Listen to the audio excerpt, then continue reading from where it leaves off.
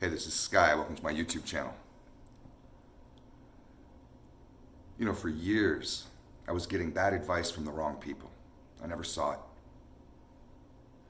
I thought it was great advice, and I thought these people were the right people to ask. As I got stronger mentally, I realized that I was taking advice from weak people who were projecting their fears upon me. And I used to ask my mother, for example, my whole life. I always asked her, "What do I do, Mom? What do I do?" And she would give me the best motherly advice that she knew how to give, and I would follow it. I'd ask my brother. I'd ask people that I felt like that I trusted and had good opinions. And these people felt strong to me. Because when I looked at their lives and how they handled things around them, and it seemed like they were a lot stronger than me. But just because someone's a little stronger than you doesn't mean they're giving you strength. Doesn't mean they're giving you empowerment. Doesn't mean that they're guiding you in a proper way. They're not good sheepdogs. A weak dog is not a good sheepdog. Sheepdogs are strong. You ever seen a sheepdog? They're big. Sheepdogs are big. They don't get no little tiny dogs for sheepdogs. A sheepdog doesn't need a lot of social validation. A sheepdog doesn't need a lot of help. A sheepdog is a killer. Sheepdogs can kill a wolf. A sheepdog, of course, could kill and eat any of the sheep. Anytime it wants, it could kill one and eat it. But it doesn't. Because it has strength. And we could be our own sheepdogs. We don't have to be the sheep. For so long, I felt like the sheep. And I would look around and see whoever would be the strongest and go and ask them. But as I became stronger, I realized that the so-called support system that I had had that was guiding me for my whole life really wasn't that strong. And I would ask these people advice on business, love, life decisions, you name it. These would be my go-to people. What do I do? I never realized until I started to become mentally stronger that these people that I looked up to in that way, that I thought were solid as a rock, were really not. They're fragile as ice cubes, thin little, barely frozen ice cubes. You know, when you put the ice tray in the freezer and then you go check it too soon and you see the water bubbles underneath. That was my support system. But since I was so weak, I was still just water. I wasn't even hard yet. That felt strong to me. And as I've gotten stronger, I realized, wow, man, I was going to the wrong people. And I'm not saying that you need to go find stronger people. I mean, that's one thing, but you may not find them. How would you know if somebody is strong? It may take you a lifetime to get to know somebody and to figure out how weak they really are. This is why we learn to quiet our mind, quiet all that self-talk, all that chatter, all those voices, the ego, the fear. We have wisdom inside of us. I talk about a mind, body, and soul lifestyle. This is how it works. We practice mind, body, and soul through a constant daily discipline every day, all year long, 365, 24/7. We're always on it. And this builds us up. It's made me so strong that I finally realized that the people that I was asking advice to are weaker than me. Why am I asking advice from weak people, from people that are much weaker than me? All of a sudden, the roles have changed. It's weird. Now I'm feeling like I'm parenting my parents. Only because they were never really that strong to begin with. They were a half-frozen ice cube. I'm solid as a rock. I don't have it all figured out. I don't promote myself as some know-it-all who is everything, superhero, guru, anything like in those respects. I'm just some idiot. But this idiot is a pretty fucking strong one. And just like anybody who's been able to reach a certain level of confidence, you no longer need external validation to help guide you in your life. Just like the sheepdog doesn't need constant guidance from anyone. The sheepdog can do its job. The sheepdog doesn't need a bunch of other dogs around it to be like, it's okay, you can do it. You can tell that to yourself. You can be your own guide.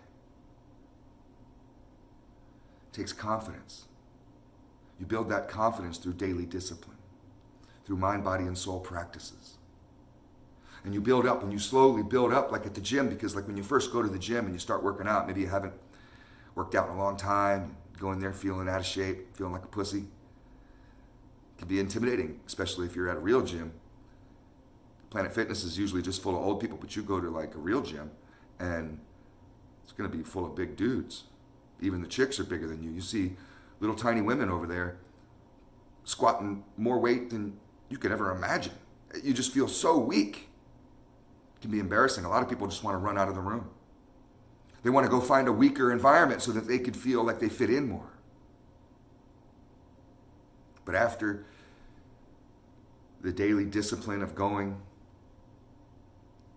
maybe 8 months or a year goes by and you realize, wow, all this work I've put in, every day of weakness, of struggle, and it's built up, and now I'm stronger. Now I'm putting that pin on that stack of weights down. Now I'm putting more plates on. I couldn't even ever imagine lifting this kind of weight, and now I'm just working out with it. This used to be my max, and now it's just a workout weight. This is how it works with your daily life also, with your mindset. And you build yourself up and you finally realize that, wow, I can be my own guide. This is true maturity. This is when you give up your parents as the parental role and they just become people. You may have just friends in your life that you're using in this way. And I don't mean using in a manipulative way, but I just mean that you may have them as your go-to. These people may very well be projecting their fears upon you and holding you back. You may be doing this to other people. You know, we don't always have to take the safe road in life. That's a big fear for people, is to not be safe. We have a natural urge as humans to be safe all the time. A true warrior doesn't worry about being safe. A true warrior isn't afraid of death. A true warrior knows there's no such thing as failure as long as you tried.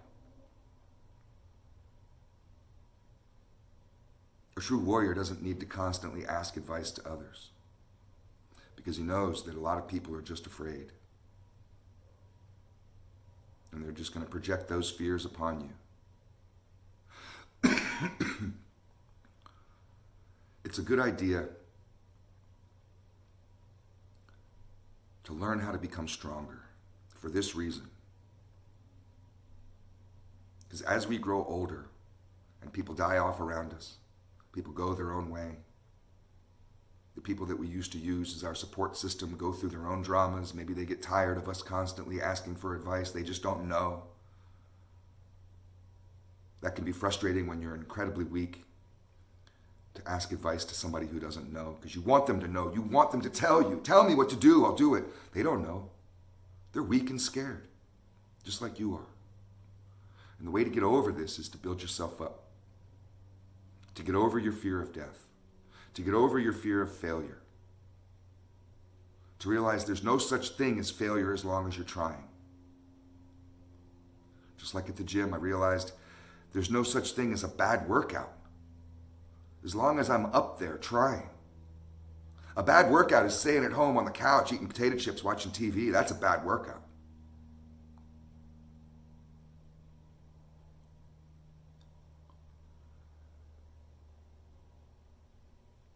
We have a duty to help others.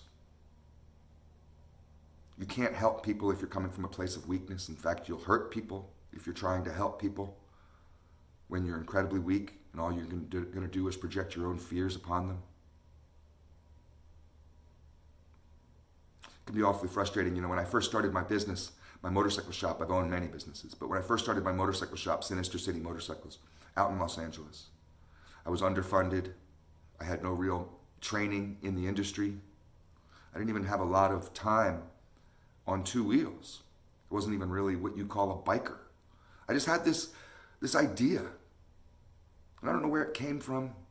I kind of woke up with it one day. It may have been from God. It may have been fate. Who knows? That's another video. But I started pushing this idea around to my normal support system, to my normal validation crew, to my buddies, my parents. Every one of them shot it down for various reasons, fear-based reasons.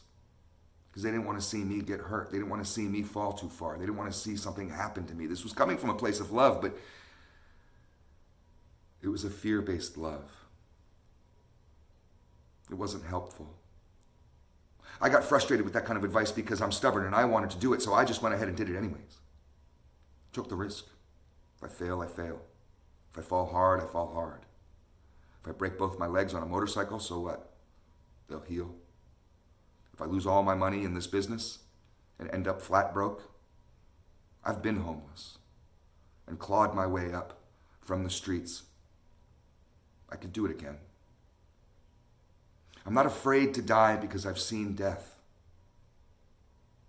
I've been this close to my own death and accepted it. So there's nothing really you can do to a warrior because he's not afraid to die, he's not afraid to fail. Make your moves in silence if you have to. Now, if you know strong people, that's great, because there are strong people out there, and strong people can give you amazing advice. They can empower you. You ever heard a motivational speaker, a good one? Not some bullshit one, but a good one. Maybe your pastor, maybe somebody online. These types of strong people are amazing. It's like the word of God is coming out right through their head, right from the heavens, through their head, out of their mouth, into you. This shit can blow your mind. And it's always going to be in a place of getting you to move forward. Fear-based advice is always getting you to hold back. Watch out, be careful. Wear your jacket. Don't spend too much. It's going to tell you all kinds of things that you should watch out for.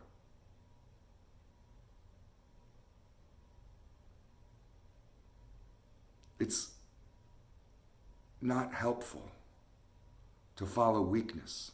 But when you're the weakest guy at the gym, everybody seems strong. That doesn't mean they are. It just means they're stronger than you. You don't take advice from a weak motherfucker. I don't go to the skinniest guy in the gym and ask him how to work out. The fattest guy in the gym, I'm not going to ask him about cardio.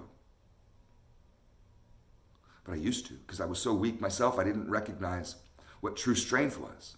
Sometimes we don't even know what true strength is until we build it inside of ourselves. In fact, I think that's the way it works. As you become stronger, you get to see who your people are. And you may realize that I need to leave some of these weak people by the roadside. Now, that doesn't mean you start cutting people out of your life. It may. There may be some people that are so weak and negative and fear-based that project their fears onto you. They're shooting it at you like a bazooka every time they get around you, trying to, with their so-called love, trying to hold you back in life because they're so afraid to be successful. They're afraid to be loved. They're afraid to be strong. A weak motherfucker's always afraid to be strong and will always come up with excuses why they can't be.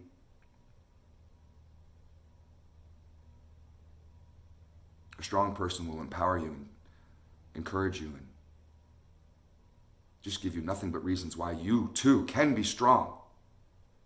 You can be stronger than they are.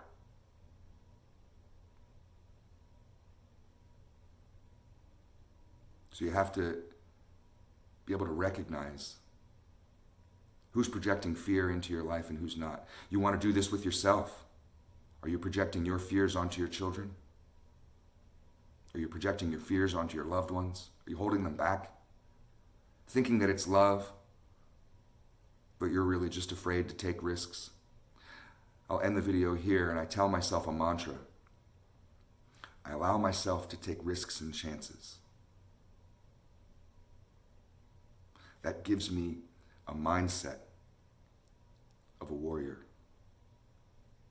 of a daredevil, of Evel Knievel.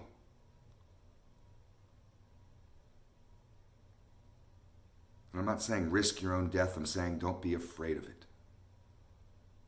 Don't use your fear as a guide. Thanks for watching.